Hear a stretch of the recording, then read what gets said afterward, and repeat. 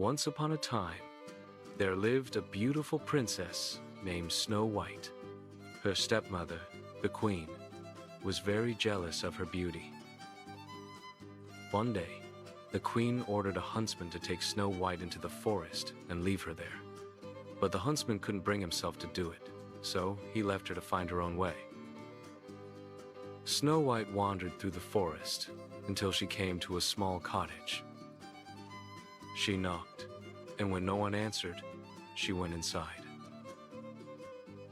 She found 7 little beds and decided to take a nap. When the 7 dwarfs who lived there came home, they were surprised to find Snow White asleep in their beds. Snow White told them her story, and the dwarfs took pity on her. They let her stay with them, and she kept house for them. But the queen found out that Snow White was still alive. She disguised herself as an old woman and went to the dwarf's cottage.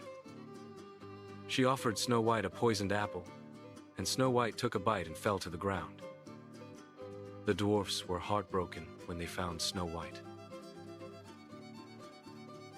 They placed her in a glass coffin and kept watch over her. One day, a prince came riding by. He was so taken by Snow White's beauty that he asked the dwarfs if he could take her back to his castle. As the prince's servants were carrying the coffin, they stumbled, and a piece of poisoned apple flew out of Snow White's throat. She woke up, and the prince was overjoyed.